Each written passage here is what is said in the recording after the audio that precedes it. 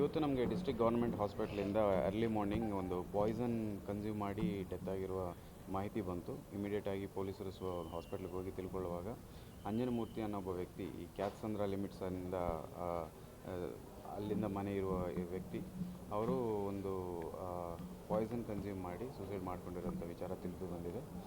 ವಿಚಾರಿಸಿದ ಮೇಲೆ ಒಂದು ತನ್ನ ಮೊಬೈಲ್ ಫೋನಲ್ಲೇ ಒಂದು ವಿಡಿಯೋ ಮಾಡ್ಕೊಂಡಿದ್ದಾರೆ. ಆ ವಿಡಿಯೋದಲ್ಲಿ 3 ಪ್ರೈವೇಟ್ ವ್ಯಕ್ತಿಗಳ ಹೆಸರುಗಳೇ ತಿಳಿದು ಅವರಿಂದ ಇವರಿಗೆ ಸಾಲಬಾಧ ಇದೆಯಾ ಅಂತ ತಿಳಿದು ಒಂದು ಪಾಯ್ಸನ್ ಕನ್ಸ್ಯೂಮ್ ಮಾಡ್ತಾಯಿದ್ದಾನೆ ಅಂತ ಒಂದು ವಿಡಿಯೋ ಮಾಡಿದ್ದಾರೆ. ಆ ವಿಡಿಯೋ ಮೂಲದ ಮೇಲೆ ಮತ್ತು ಅವರ ಹೆಂಡತಿ ಏನು ಕಂಪ್ಲೇಂಟ್ ಕೊಟ್ಟಿದ್ದಾರೆ ಅದರ ಮೇಲೆ ನಾವು ಒಂದು ಇಮಿಡಿಯೇಟಾಗಿ FIR ಮಾಡಿದ್ದೀವಿ. ಆ FIR ಮೇಲೆ ಅವೇಟಿಂಗ್ ಟು ಸೂಸೈಡ್ FIR ಮಾಡಿ ಅದರ ಮೇಲೆ ವಿಚಾರಣೆ ಮಾಡ್ತಾಯಿದ್ದೀವಿ. ಕುಣಿಗಲಲ್ಲೂ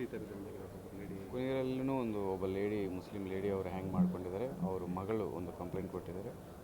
ಅವ್ರ ಮಗ ಕಂಪ್ಲೇಂಟ್ ಕೊಟ್ಟಿದ್ದಾರೆ. ಅದೇ ಅವ್ರ ಕಂಪ್ಲೇಂಟ್ ಮೇಲೆ 5 ಮೈಕ್ರೋ ಫೈನಾನ್ಸ್ ಕಂಪನೀಸ್ ಮೇಲೆ FIR ರಿಜಿಸ್ಟರ್ ಮಾಡಲಾಗಿದೆ. ಅವರನ್ನು ವಿಚಾರಿಸಿ. ಈ 2 ಪ್ರಕರಣದಲ್ಲಿ ಯಾರನ್ನಾರು ಅರೆಸ್ಟ್ ಮಾಡಲಾಗಿದೆ ಸರ್? ಈ ಕ್ಯಾತ್ಸಂದ್ರ ಪ್ರಕರಣದಲ್ಲಿ ಒಬ್ಬ ವ್ಯಕ್ತಿನ ಅರೆಸ್ಟ್ ಮಾಡಲಾಗಿದೆ. ಇನ್ನು ಮಿಕ್ಕಿದ ಅಕ್ಯೂಸ್ಗಳನ್ನ ಆದಷ್ಟು ಬೇಗ ಅಕ್ಯೂಸ್ ಮಾಡಿ. ಪ್ರಕರಣದಲ್ಲಿ ಮೈಕ್ರೋ ಫೈನಾನ್ಸ್ ಅವ್ರ ಪಾತ್ರ ಇತ್ತು. ಫಸ್ಟ್ ಪ್ರಕರಣದಲ್ಲಿ ಪ್ರೈವೇಟ್ ವ್ಯಕ್ತಿಗಳಿದ್ದರು. 2ನೇ ಪ್ರಕರಣದಲ್ಲಿ ಮೈಕ್ರೋ ಫೈನಾನ್ಸ್ ಕಂಪ್ನಿಗಳ ಹೆಸರುಗಳು ಹೇಳಲಾಗಿದೆ. ಅದು ವಿಚಾರಣೆ ಮಾಡಿ ಅದರ ಪ್ರಕಾರ ಕ್ರಮ ತಗೊಳ್ತೀವಿ.